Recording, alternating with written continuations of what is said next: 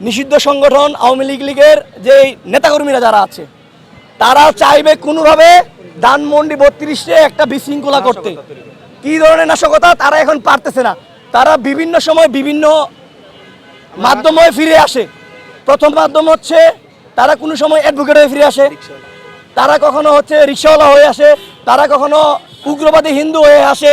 তো সেই জায়গা থেকে আমরা বলতে চাই এবং আমাদের কাছে মেসেজ আছে, তারা এমনটা করবে, একটা হিন্দুরা একটা মিছিল তারা দিবে, তারা নিজেরা একটা হিন্দুরে মারবে, শাখা সিঁদুর আছে বা হিন্দুদের ছেলেরা যেগুলো পড়ে মায়েরা সাইরা বিশ্বের দরবার দেখাবে যে বাংলাদেশে আজকে প্রতিষ্ঠা বার্ষিকীতে এই হিন্দুদের উপরে জামাত শিবির, সরকারি দলীয় বিএনপি, এনসিপি এবং হচ্ছে জুলাই যারা আসছিল তারা হামলা চালাইছে, মাইরে ফেলছে।